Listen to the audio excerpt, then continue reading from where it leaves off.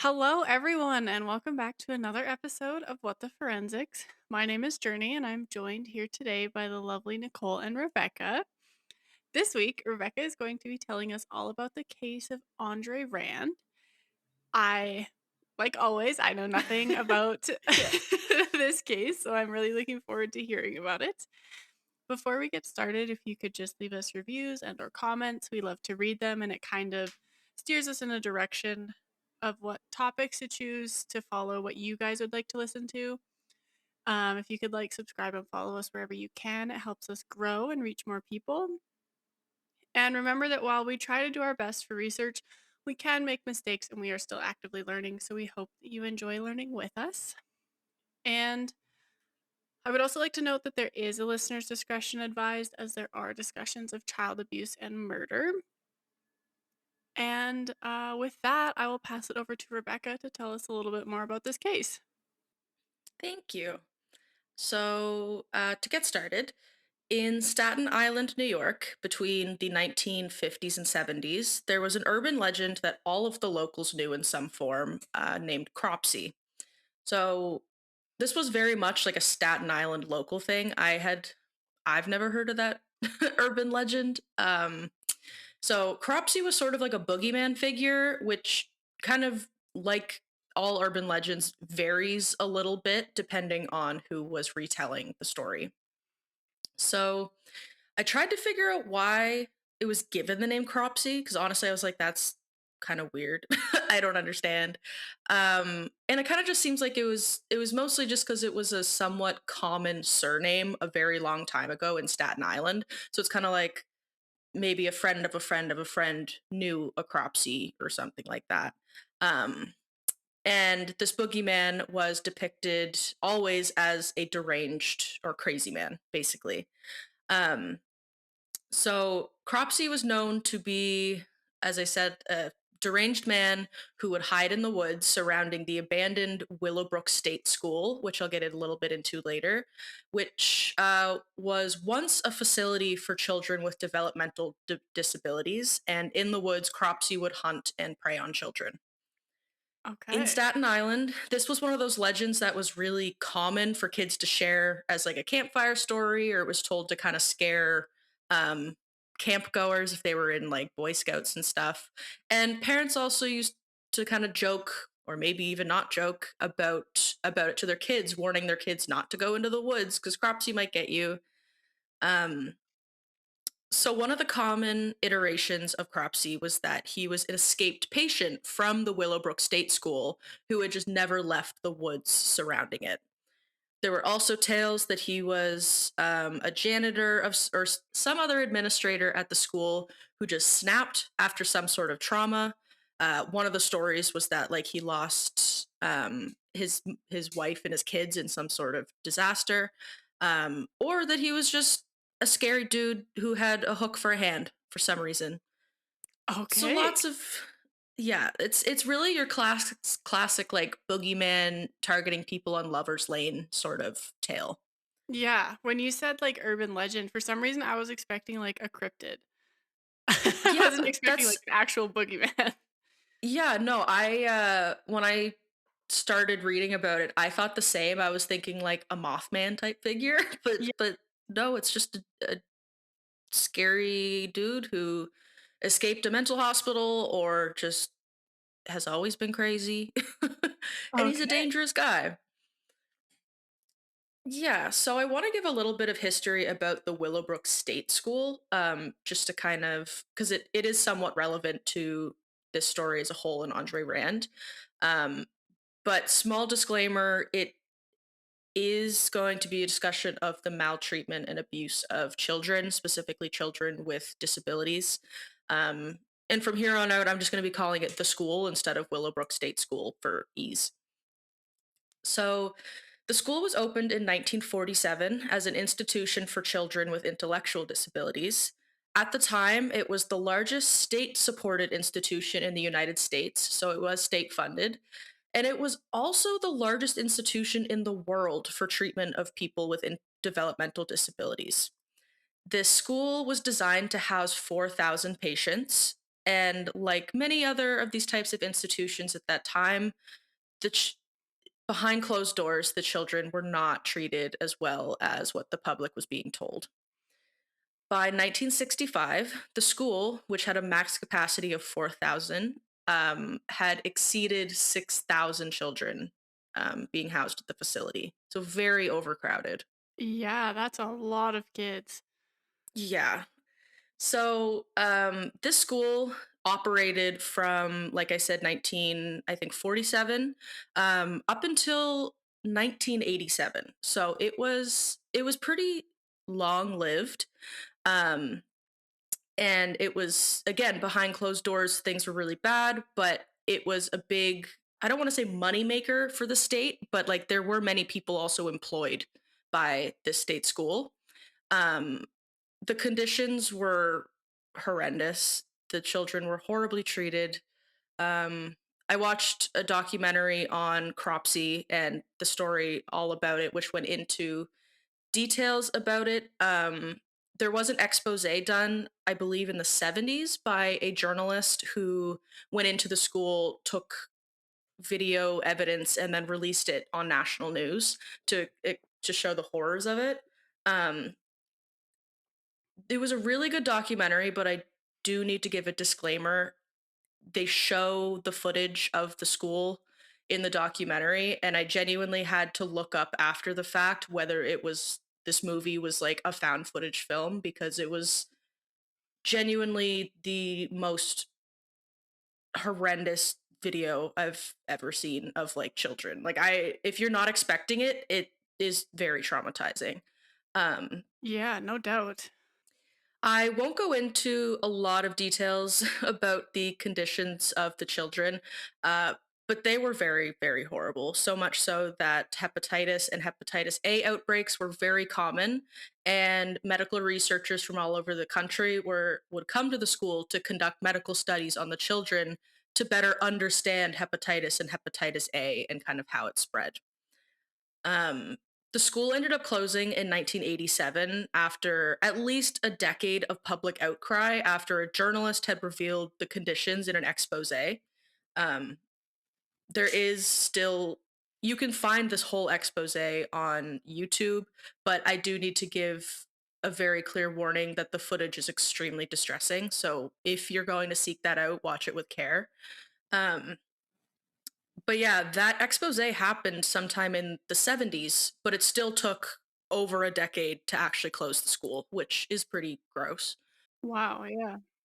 But following the closure of the school in 1987, it actually helped to lead federal civil rights legislation for protecting people with disabilities. So those children never should have gone through it, but it did result in legislation kind of protecting them a little more for the future. Yeah. So, in the early 1970s, there was an alarming increase in the amount of children and people with disabilities that were going missing, and this continued on into the early 80s. One such case was that of 12-year-old Jennifer Schwager. This was a girl with Down syndrome who went missing near her home in July of 1987. The whole town searched for Jennifer. Um, it's basically like the whole of Staten Island kind of joined together, and then the police ended up organizing numerous coordinated searches of the woods as well as the Willowbrook grounds. Following the closure of the school, the abandoned buildings still remained. They didn't demolish the buildings right away. And so the area kind of became like a commonplace for people who were homeless to set up somewhere for themselves. Like, many people lived in the woods or on the grounds itself of the abandoned buildings. So as I had mentioned, the whole town searched for Jennifer. Um, and then the police were obviously helping with this coordination. They were coordinating the searches so that they did it in a routine way, in a way that they didn't miss anything or they didn't trample any potential evidence. But the police were, of course, because this was a missing child, doing their own investigation into her disappearance and trying to find leads. So, shortly into this investigation into her disappearance, witnesses reported seeing Jennifer holding the hand of a man named Andre Rand, who was walking and they were walking hand in hand near the Willowbrook State School, which at this point, I just want to say had been renamed to the Staten Island Developmental Center. But it's the school, it's the same thing. Okay. So, a little bit about Andre Rand. He was born Frank Rostam Rushan, and at the time of Jennifer's disappearance, he was 43 years old and was already quite known to the police because he had a bit of a disturbing record, which is pretty relevant. So I'm going to tell you just a bit about like some of the charges and accusations that have been brought against him. So going back a little bit, in May of 1969, Rand was arrested for kidnapping and the attempted rape of a 9-year-old girl. Oh my He goodness. pleaded guilty to sexual abuse, and for this, he served 16 months in prison. Following his release, he changed his name from Frank Rostam Rushan to Andre Rand. Um, I couldn't find any specific reason for changing his name, nor why he chose the name Andre Rand. But I suspect it probably does have something to do with just trying to distance himself from that conviction. It's crazy he only got 16 months for kidnapping and attempted rape I know. I of a completely child. agree. Of a Yeah, of a child. child. Of a child. Yep. That feels like not long enough. No, I completely agree. Okay. Um, Throughout the 70s, multiple children and people with developmental disabilities went missing, but there was no one, including Rand, there was no one charged or anything. Like the police never released any lists of formal suspects. Um, but in 1979, Rand was accused by both a young woman as well as a 15-year-old girl of sexual assault. However, no charges were pressed for either of these. Again, in 1981, he attempted to lure a 9-year-old girl to his vehicle, which notably was a green Volkswagen with a lollipop. She escaped and ran home. And even though he actually followed her back to her home, there was again no charges pressed against him for this. Yikes. Um, I kind of feel like this is partially where like the like don't don't take candy from strangers comes from. Like that felt very textbook. Get in my van, I have candy. Yeah, Which he's I don't kind mean to of laugh about, but no, he's very much like setting the stereotype of child predators with candy in a van. yeah, exactly. Following this, a couple years later, in January of 1983, Rand, a little bit of preface. I couldn't find a confirmation for this, but a couple sources did state that he was working as a bus driver at this time. Um, but again, like it wasn't in every source, so I can't confirm this, but it's believed that he was a bus driver at this time. But in January of 1983, Rand drove a van to a local YMCA where he convinced 11 children to get into the van with him, and he then drove them to the Newark airport, which was 5 hours away, and he bought all the kids fast food, and they just ate fast food and watched the planes take off and land for a couple hours. And some of the kids were even interviewed as adults. In There's a documentary about Cropsey and Andre Rand called Cropsey. It was made in 2009. It was a really good documentary, so I do recommend it. But they interviewed a lot of the kind of witnesses and some of these former children who were kidnapped. And some of them had said that they didn't even initially realize that they were being kidnapped. Like they thought this was basically like a field trip. They had no idea their parents didn't know where they were. Um, but after doing this for a few hours, he drove the children back to the YMCA where he was promptly arrested, Yeah. understandably. Yeah. I can't imagine like being the parents on that side of like your kids are just missing for an entire day. Like he took them on a 5-hour drive away Yeah.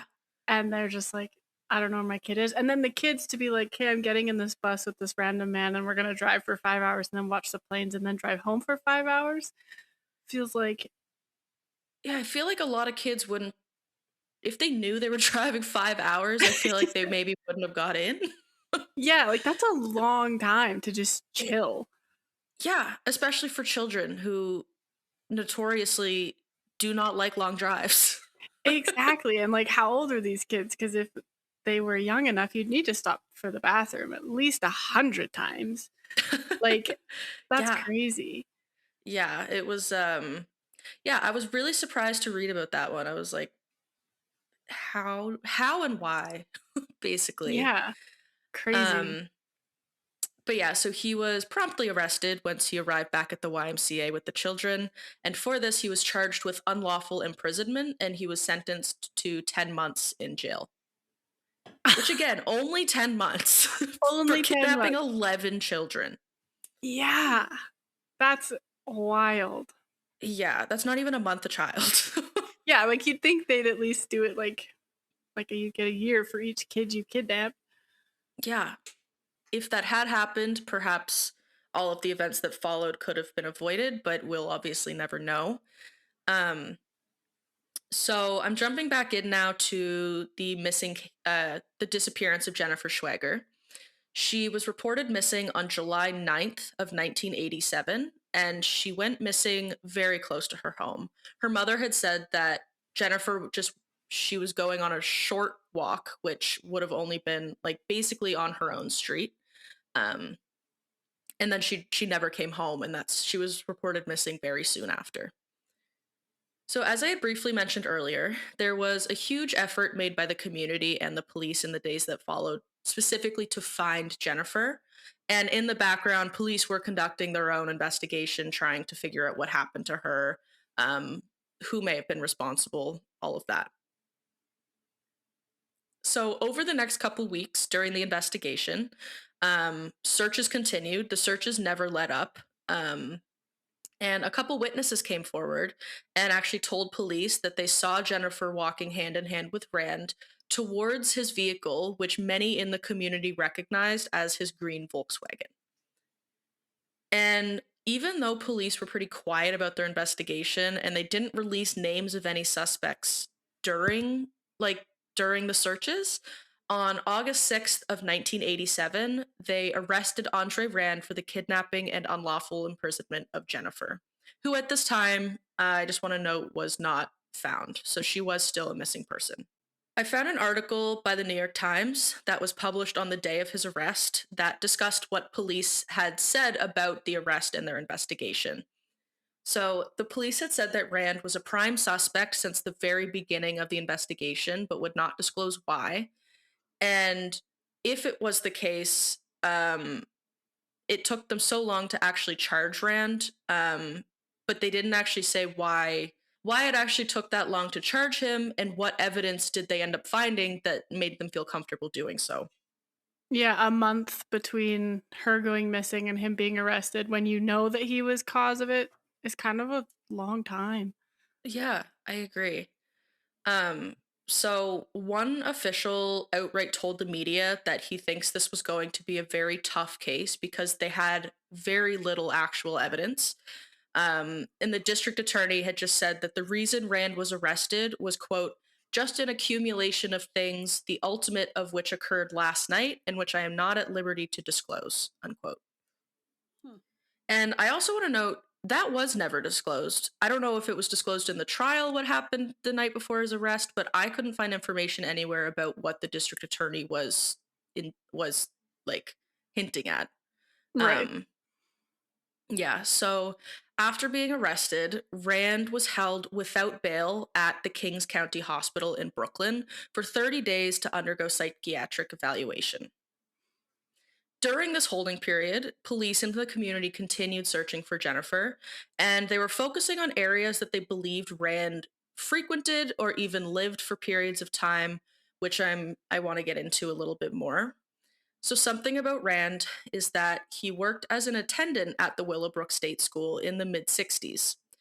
I'm not exactly sure about whether or not he had jobs between the 60s and 1987. As I mentioned, he may have been a bus driver at one point. Um, but at the time of his arrest, Rand was unemployed and he was previously staying at a homeless center for men. But for the past several weeks before his arrest, he had been living in a makeshift campsite on the grounds, kind of just in the woods around the Willowbrook State School. Which I want to note because Jennifer went missing in August of 1987, and it was very shortly before that that the school actually shut down. So it was very recently abandoned at this point. Okay. So search teams, of course, they searched the grounds of the school. They ended up finding a campsite that they believe belonged to Rand, and that is where he had been living for the past few weeks. And they began kind of combing the area, and just 150 yards from his campsite on August 12th of 1987, a retired firefighter who was helping with the search had noticed a patch of ground, or like a patch of dirt where there was clay mixed in with the darker topsoil, which indicated that that area of ground had been disturbed. And so he called over the police, they dug the spot, and that is when they found Jennifer's body.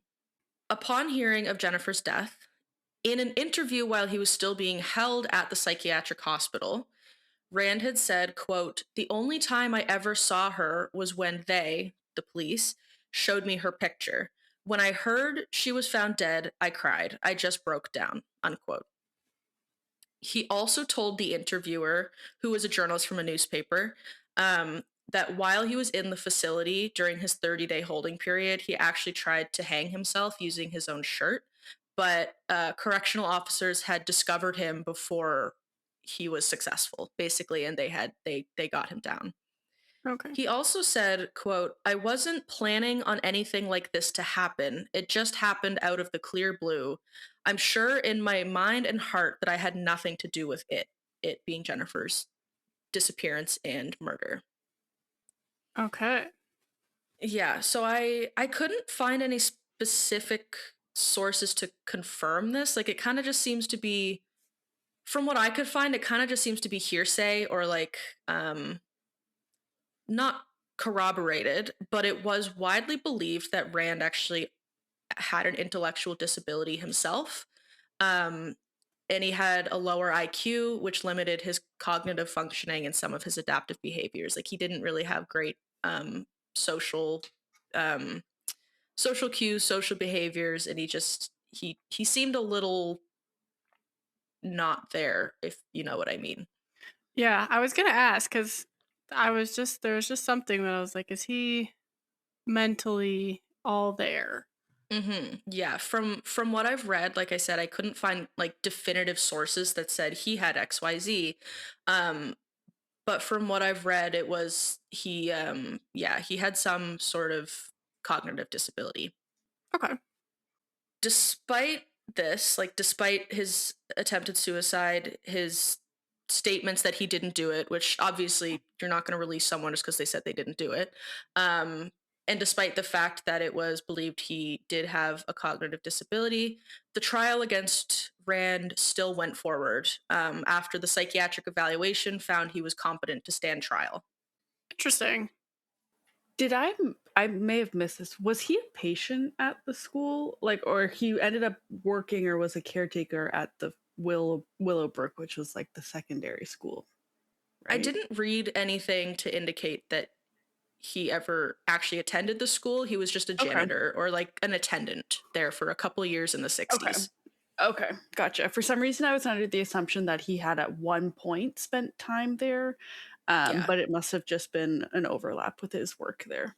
Okay. That Yeah. makes I honestly like I wouldn't I wouldn't have been surprised if I read he was a student there at one point, but I couldn't find any information that indicated that.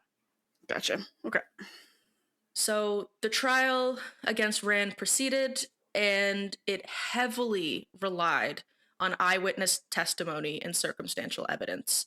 And the defense lawyer during the trial actually brought up concerns that Rand couldn't even have a fair trial because the whole of Staten Island was already following this case from the very beginning of her disappearance, and the town had pretty poor opinions of Rand in general. It seemed like they kind of had um, like a vendetta against him from the beginning. And the trial did occur in Staten Island. So it was a jury of his peers. I'm shocked that they wouldn't move it. Me Yeah, I too. agree. Yeah, I feel Yeah. like this case is very much like you need to move it away from where this is happening. Yeah, I would agree, but no, they just went forward with it. Wild. Yeah. So, despite these concerns brought up by the defense and the lack of actual evidence, because as I said, it was all like eyewitness testimony, like people being like, "Oh, I saw Jennifer walking hand in hand with him. Oh, I think I saw his car in the general vicinity that she was," and the fact that her body was found close to his campsite, and also the fact that he had prior, like, a history of kind of kidnapping and things like that. um, Despite all of this, in 1988, the jury found him guilty of first degree kidnapping. However, they could not reach a verdict on the murder charges because of the lack of evidence presented. Right. Yeah. Okay. Even though he was, and I'm not saying he was only convicted on kidnapping, kidnapping is obviously still very bad, but for the kidnapping charge, he was sentenced to 25 years in prison. Okay. I think part of that was because of his prior convictions in kidnapping and unlawful imprisonment. So they were like, okay, let's get him for good this time. Yeah, that's what I was Um, gonna say. I was like, I wonder if the sudden increase in time was because of his history and the fact that this last victim ended up dead. yeah, exactly. I'd say that that is probably the reason. Yeah. So after Rand's initial arrest, the police began trying to connect dots between him, Jennifer's disappearance, and the numerous other child disappearances that were happening in the area in the years before Jennifer had gone missing. Um, so from 1972 to 1984, there was at least 4 children and 3 adults, one of whom was just 18, had also gone missing without a trace from the area surrounding Willowbrook State School. I believe there were more than that, but those were the ones that I could find information on. Um, their bodies were never found despite extensive searches. And also notably, most of the people that went missing had developmental or intellectual disabilities as well. So, following his conviction for Rand's disappearance, or for Jennifer's disappearance, Rand basically became the prime suspect for all of these cases. Um, I'm not sure if he was already the prime suspect in some of them and they started connecting dots on others, or if just following his conviction, the police were like, okay, let's see if he has any connection to the others now. Um, but either way, he became the prime suspect for the missing 4 children and 3 adults. And the only evidence they actually had to support him being involved was eyewitness testimonies from residents of the town claiming to see or hear Rand interacting with individuals shortly before they disappeared, or even just claiming that they saw his car in the proximity of where they were last known to have been, where they were last known to have been. So in none of these cases was there any physical evidence to link him to these, and as I mentioned, none of the bodies were ever found, which of course makes this even more difficult. Yeah, that's tough. It almost feels like whether he did it or not, and I don't know at this point, they were just like on a witch hunt. They were like, here's this Yeah. guy who is convicted and has a known history of kidnapping. Let's find if we can, like, It's just a What's the word? Pin confirmation it on bias him. almost. Yeah. yeah, it is very much confirmation bias of like, let's see if we can connect him to these 7 other missing people. Yeah, it absolutely does feel like a witch hunt. I was I was very close to actually writing that right into my slides at some point. That's funny. um so Rand remained imprisoned until he was released in early 2004. But his freedom was very short-lived, because just a couple weeks following his release, in October of 2004, he was arrested again. But this time it was for the kidnapping of a girl named Holly Ann Hughes, who went missing on July 15th of 1981 in Staten Island. So 6 or 7 years before Jennifer had gone missing. Notably, they did not charge him with murder in this case because her body had never been found, and also because they didn't have enough evidence for that charge to stick, even if no body was found. I'm honestly Um, shocked they had enough to arrest him on her kidnapping. I know. And it's the exact same reasons for the other. It's pretty much eyewitness testimony claiming that they saw him.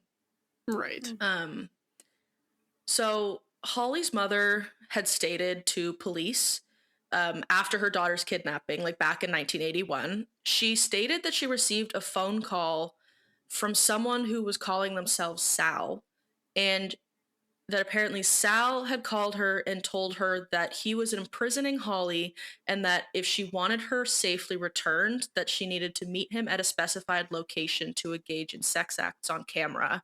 Um, and if the mother complied, that he would release Holly safely. That's Um, so pol- oddly specific, I will say.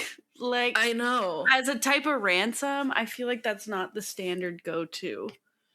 I know. I Yeah. completely agree. I'm like, wouldn't you want money or Which makes me think maybe something? they know Holly's mom and this is like not related, or maybe it is related and it's more Yeah. so for the mom and not the child. I don't know. Mm-hmm. Yeah, I would agree with Yeah. that. Yeah. I think I would too. So obviously she went to the police after receiving this phone call. The police went with her to this specified location, and obviously this Sal guy never showed up. Um, and Holly is still missing to this very day, so it's unclear whether or not that was just someone being cruel or if this actually could have been a real lead. During the trial for Holly's disappearance, Holly's mother had taken the stand and she claimed and I'm not trying to like discredit her. I understand she went through something traumatic. I'm just saying like eyewitness testimony is not reliable, especially when it was 25 years ago. Yeah. Um so her mother took the stand and she claimed that the voice she heard on the other side of the line, who identified as Sal, matched Rand's voice. She claimed that once she heard Rand speak, like during his last trial or during interviews or whatever, she said, "That is the exact voice of who called me." Huh. And in addition to this evidence, multiple other witnesses took to the stand who notably never came forward in the initial disappearance to claim they had seen anything and had unfortunately had credibility issues. And yeah, multiple of these witnesses claim that they saw Rand like pulling Holly into his vehicle. Um, One of them claimed that she was the same age as Holly and she was actually with Holly at the time Rand picked her up. But again, none of this was ever told to the police in the 80s when it actually happened. They just kind of appeared for the trial. That's wild they were allowed to give their testimony at the trial, because there would be a lot of like, why wouldn't you talk about this in the 80s? Like, why are you waiting until now to come Yeah. forward? Yeah, exactly. Like, why are you waiting till now when you didn't even know if there was ever going to be a trial for this? Like, why wouldn't you reach out to the police at any other time? Exactly. Yeah. And I feel like it would have been definitely way more known if that person was with her when she disappeared. Yeah. Like, I I feel like even the mom would be like, yeah, no, like this was who was there. And she would have been questioned in the 80s. yeah, I completely agree. During the trial, actually, I don't this part I'm not positive if I don't know if he took the stand for like in his own defense or if this was something that was stated in interviews like back when he was in jail or whatever. But at some point, Rand had stated that he did play hide and seek with Holly on the day she vanished, but he claims that he left before she vanished. Like he was like, "Okay, we had our fun. I'm leaving now," and then she vanished later in the day. He claims he had nothing to do with it. Okay, well, Hmm. that's suspect. Yeah, yeah, it is. I changed my mind. I went from he's probably innocent to he's probably definitely guilty. Yeah, and that honestly just makes me feel even more like he might have had a cognitive impairment because why would you tell the police that? Why would you be Yep. like, yeah, I played hide and seek with I don't remember the age that Holly was, but either way, yeah, I'm a full grown adult who decided to play hide and seek with like a 9-year-old child, but on the same Yep. day she vanished. but it wasn't me. It wasn't Like, me. I feel Yeah. like that's not something a mentally healthy person would do. Yeah, like it's weird that a 40-something-year-old man was playing hide and seek with a potentially 9-year-old. Like that in itself is weird. Hmm. A stranger 9-year-old too. Like no Yeah. Yeah. relation, no family, no familial ties that would kind of warrant a fun game of hide and seek. But I also feel like Yeah. 9-year-olds aren't really playing hide and seek. I could be wrong, but I feel like it's usually younger children that are more intrigued by a game too. So it's just like Yeah, that's fair. there's a lot of like, this is just odd all around. Yeah. No, it is very weird. Yeah, I completely agree. Sorry, I'm just trying to find the age of her. I'm very curious. Oh, she's Holly Ann Hughes is still listed on the National Center for Missing and Exploited Children as a missing person. And there's actually an aged progression photo of her Oh asking wow. if anyone identifies it or identifies her, which is interesting. Oh, she was 7. Okay. Yeah. Yeah. Yeah, so I don't Holly was know. only 7 years old when she went missing. So I feel like possibly, Yeah. again, Yeah. really weird for a grown man to play hide and seek with a Yeah. stranger child, but Yeah. being 7 years old, especially in the 80s when stranger danger wasn't a huge thing, I feel like it's Yeah. not out of the realm of possibility. Yeah, 100%. Yeah. So back to the trial, as I mentioned, there was no physical evidence. There was even less physical evidence than before because there was no body. Um, so everything relied on witness testimonies and just arguing back and forth. Basically, like he did XYZ in the past, so he probably did this one too. Was like the biggest argument. Yeah. Um, So, with all of this, the trial played out very similarly to the one back in 1988. The jury was sent to deliberate, and they quickly found Rand guilty of kidnapping Holly. And for this, he was sentenced to another 25 years in prison. So, he has the possibility of parole in 2037 when he's 93 years old. Holy cow. Wow. I find it really And, interesting that he's being like the kidnapping charges are going through because mhm, the, they can't really confirm, like you said, that kidnapping even happened. Like it is a yeah. missing child, yeah, and it's all anecdotal as to the evidence being used, but it's just Mhm. fascinating they could get a concrete charge. Yeah. Yeah. And I will also say, Rand has maintained his innocence this entire time. He's only ever stated that he had no involvement with either of these cases. Um, but fellow inmates in the jail have stated that he's into some weird stuff. Like they're like, oh, he's into Satanism. He probably did it as like a sacrifice to Satan, and I don't really trust the inmates either. Yeah. Yeah. So I didn't really include a lot of that, but they've been like, yeah, he's been saying some really weird stuff, and he probably did it. Weird. Yeah, it is weird that there's like zero physical evidence linking him to either case and Hmm. both charges went through. Yeah, it does feel. It feels like it is very possible that he did it, but those cases he should not have been found guilty for them based on what they had. Like he Yeah. just shouldn't have been. There was not enough evidence. It does feel like a circumstance in which they're just kind of taking advantage of him as a person and using him as a scapegoat. Like Yeah. they want someone to pay for these missing children, and if they don't have any other information, this is the closest thing that they're going to have to a conclusion. So Yeah, why not Yeah, frame exactly. or charge him, frame him, however you want to word it. yeah, Yeah. no, exactly. I completely agree. Um, So, even though he was never charged with any other of the kidnappings, the community on Staten Island widely believes that he was responsible for at least 6 of the other disappearances of children and disabled people, which occurred in the 70s and 80s. And again, this is mostly based on a hunch by the community because he does have former charges. He was kind of known for doing this sort of thing. And again, there were witness accounts of people claiming to see or hear him with the people who had gone missing. Um, so Rand sort of became the real life Cropsey of Staten Island. He was known to quote unquote hide out in the woods.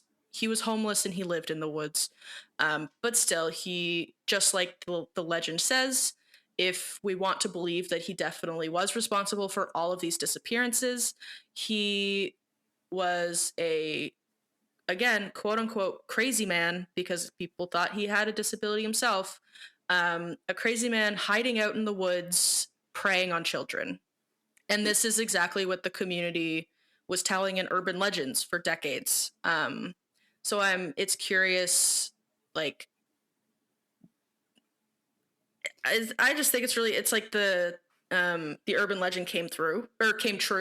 Yeah. It's like, did they manifest this? Yeah, that is a very weird coincidence that they have this like urban legend of this guy just kidnapping kids, and then this guy just comes and kidnaps kids. And I wonder if the Cropsey legend had any sort of like influence on the community, like Mm-hmm. especially for the second trial of like, oh my goodness, maybe Cropsey isn't real. Maybe it was him. Maybe he's the reason, and kind of Yeah. like made it scarier, made it seem bigger.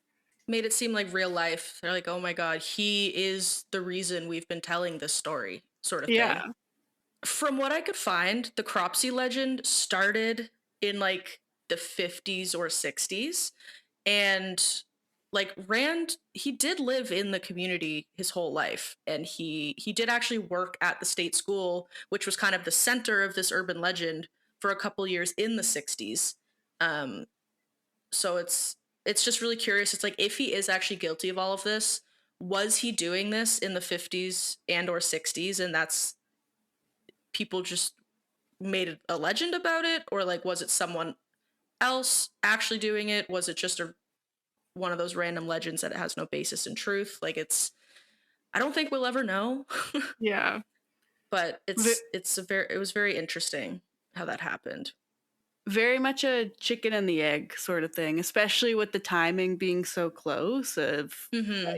like you said, was he doing all of this and then parents wanted to keep their kids in so they started with the story or what? But very Yeah. fascinating that it was all kind of around the same time. Yeah, I yeah. found that really interesting. The only thing that would make it seem that he did it is if the kids stopped disappearing in that area when he was in prison, or if there was like a Yeah. significant decrease. Right. Mm-hmm. But if nothing Yeah. changed, then it's like, well, then perhaps there's something else going Yeah. on.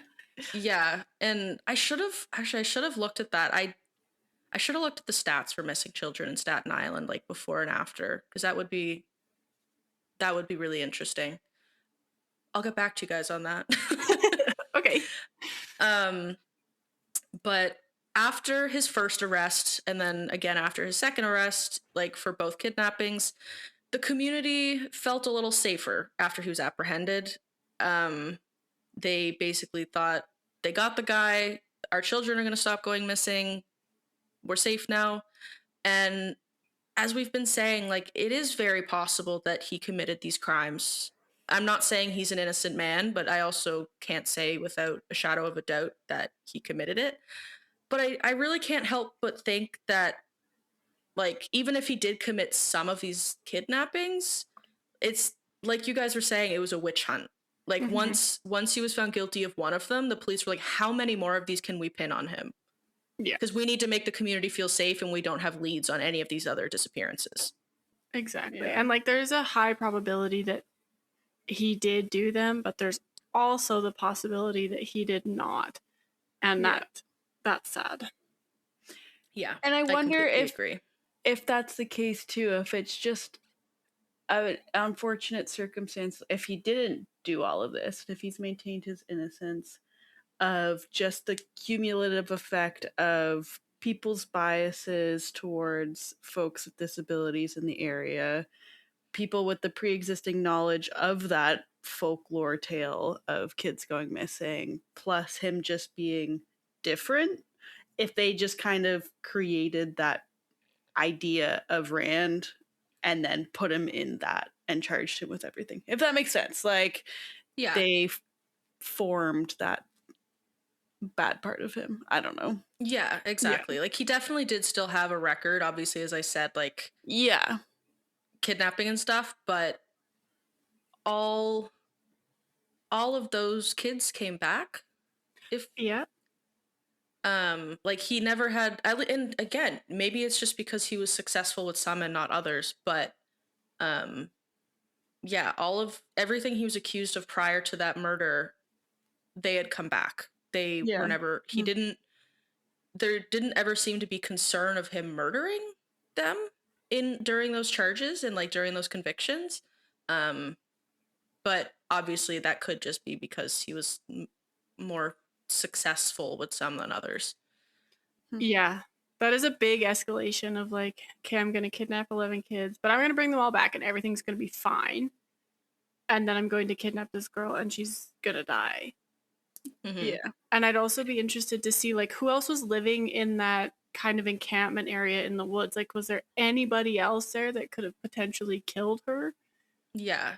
or kidnapped Yeah, her? because it was a well-known, like, once the school got abandoned, it was a common place for like kids to go and do graffiti and just mess around, and for people who were unhoused to set up camp because there was shelter there. So yeah, like I feel like it's hard to say.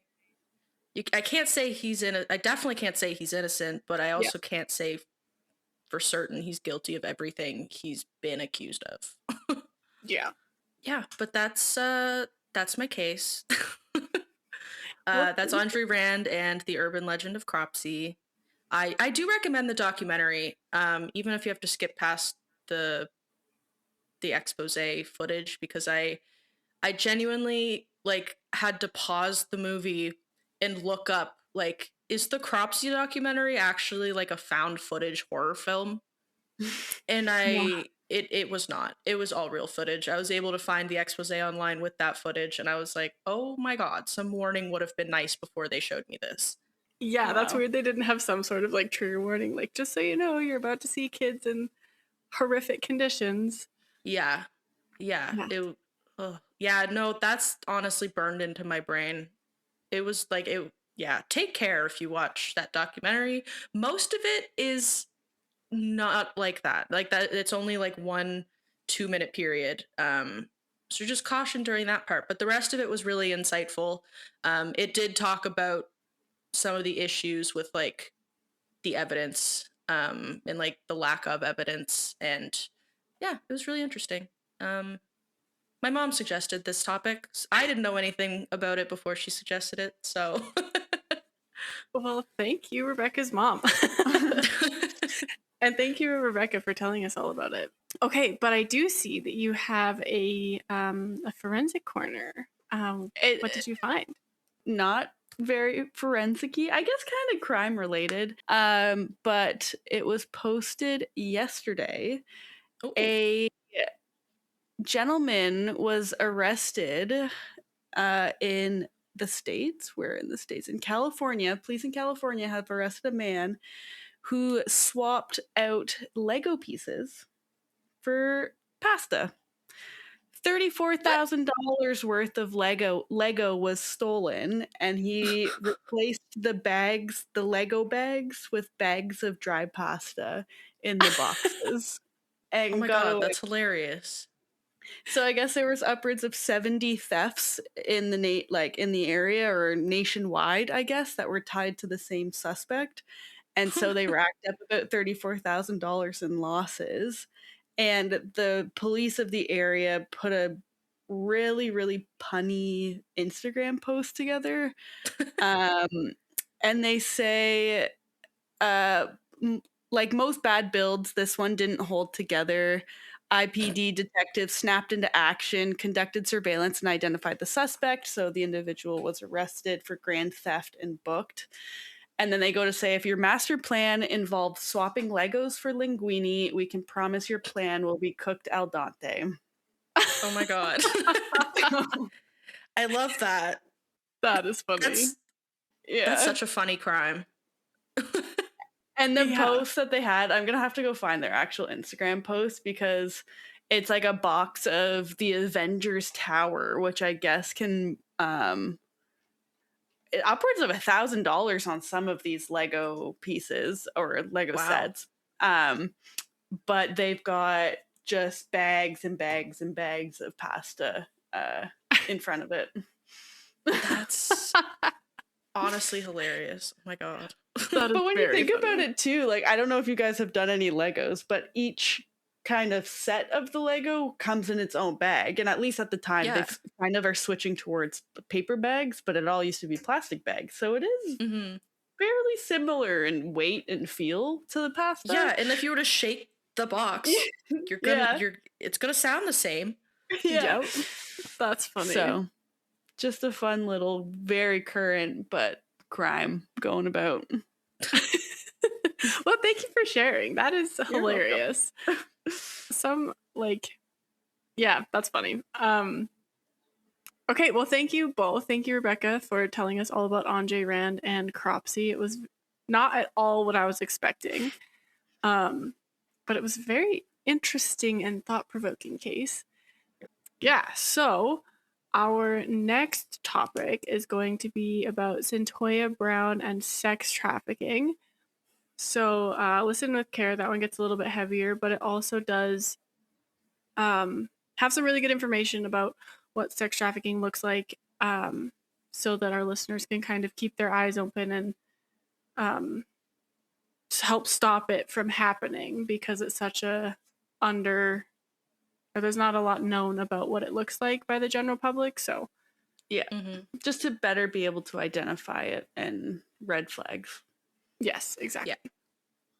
And you can find us on Instagram, YouTube, Facebook, and TikTok at What the Forensics. Our website is whattheforensics.ca. It's kind of your one-stop shop for everything forensics. I want to find Holly and Hugh's age progression picture to put it up there. We have resources for a bunch of things, recommendations of books. This documentary will be on there. Just a little bit of everything that aligns with our episodes. Our email is whattheforensics@gmail.com.